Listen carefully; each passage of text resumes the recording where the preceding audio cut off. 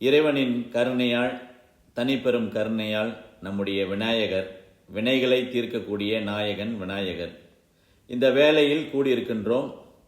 என்னை சூட்சமமாக வழிநடத்தி கொண்டிருக்கும் குருமார்களை வணங்கி, ஸ்தூலமாக நின்று வழிநடத்தி கொண்டிருக்கின்ற குருஜி மகாவிஷ்ணு அவர்களை வணங்கி, இந்த வாய்ப்புக்கு நன்றி கூறி, இந்த அற்புதமான வேளையில் நாம் எல்லோரும் ஒன்று கூடியிருக்கின்றோம். ஒரு முக்கியமான விஷயம், சிலருக்கு இது தெரியும், சிலருக்கு தெரியாது. கப்பர்ச்சாயான் கப்பட துஹான் அப்படின்னா இறைவன் மீது நம்பிக்கை வைத்தல். இதுதான் நம்முடைய ருக்கு நகாரா. அடுத்து டவுலாத்தான் உண்டாம் அப்படின்னா எந்த சமயத்தையும் அவர்களின் வழிபாட்டையும் யாருமே தாழ்த்தி பேசக்கூடாது. இதற்கு உட்பட்டு தான் எல்லாமே இந்த நாட்டில் வாழணும். அப்படிதான் காலங்காலமாக இருக்கு. இது ஏன் அப்படின்னா நல்லிணக்கம் என்று சொல்லுவோம்.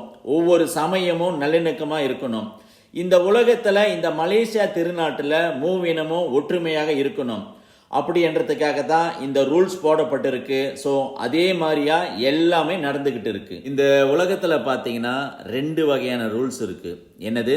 2 வகையான ரூல்ஸ் இருக்கு. முதல் ரூல்ஸ், ஒவ்வொரு நாட்டிற்கும் சட்டங்கள் இருக்கு. இது இப்படி தான் இருக்கணும், இதை செய்யக்கூடாது என்ற பல ரூல்ஸ் இருக்கு.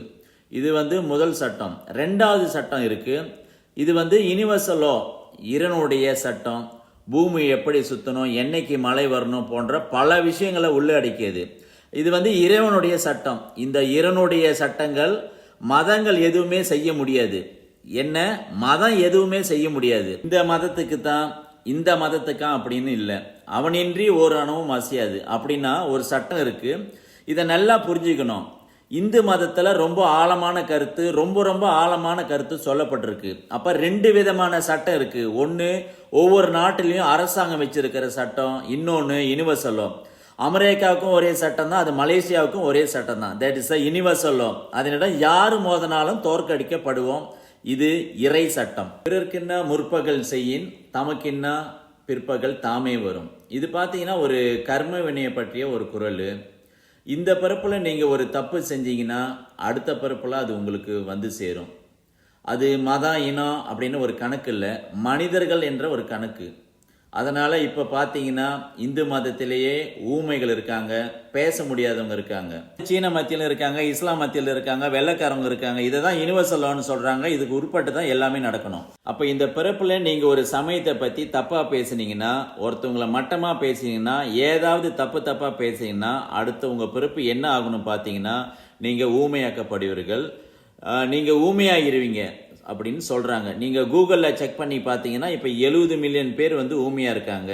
ஏன்? போன பிறப்பில் நீங்கள் ஏதாவது சேட்டை செஞ்சுருப்பீங்க அல்லது தப்பாக பேசியிருப்பீங்க. இப்போ ஒருத்தங்க பிறக்கிறாங்க, அவங்க மேபி கால் இல்லாமல் பிறக்கலாம்.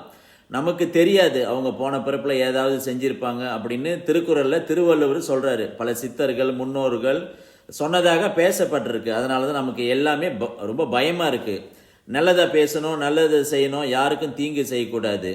செஞ்சேன்னா அது திருப்பி நமக்கு சேர்ந்துடும். ஆனாலும் சிலருக்கு அது தெரியவில்லை. தெரியாததால் அவங்க எது வேணுமானும் பேசலான்னு பேசி கொண்டு இருக்காங்க.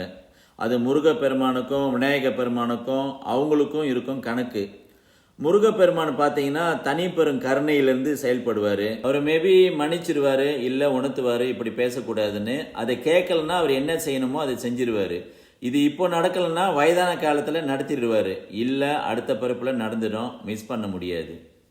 இதுக்கு தான் சுவாமி விவேகானந்தர்கிட்ட ஒரு வெள்ளைக்காரர் ஆகிய பண்ணுறாரு. ஏன்னா மறுபிறவில்னு சொல்கிறாரு. அவர் என்ன பண்ணுறாரு, ஒரு ஹோமுக்கு கூட்டிகிட்டு போய் காமிக்கிறாரு. அந்த ஹோமில் ஒருத்தவங்க காது கேட்காதவங்க, ஒருத்தவங்க கண்ணு தெரியாதவங்க, ஒருத்தவங்க கால் நடக்க முடியாமல், ஒருத்தவங்க கை இல்லாமல் இருக்காங்க. அப்போதான் அந்த வெள்ளைக்காரருக்கு விளங்குனுச்சு மறுபிறவி இருக்குன்னு. நம்ம முன்னோர்கள் இதெல்லாம் சொல்லி வச்சுட்டாங்க. நம்ம அதெல்லாம் பின்பற்றி அவங்க வழியில் வாழ்கிறோம். சரிங்களா?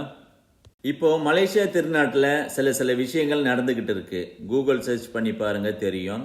அதனால இந்த மாதிரி பிரச்சனைகள் இனிமேல் வரக்கூடாது என்ற நோக்கத்தில் நம்ம இன்னைக்கு என்ன செய்யறோம்னா, இந்த நாட்டில் எல்லோரும் மூவினும் ஒற்றுமையாக மகிழ்ச்சியாக இருக்க பிரார்த்தனை பண்ண போகிறோம். குரு பிரம்மா குரு விஷ்ணு குரு தேவோ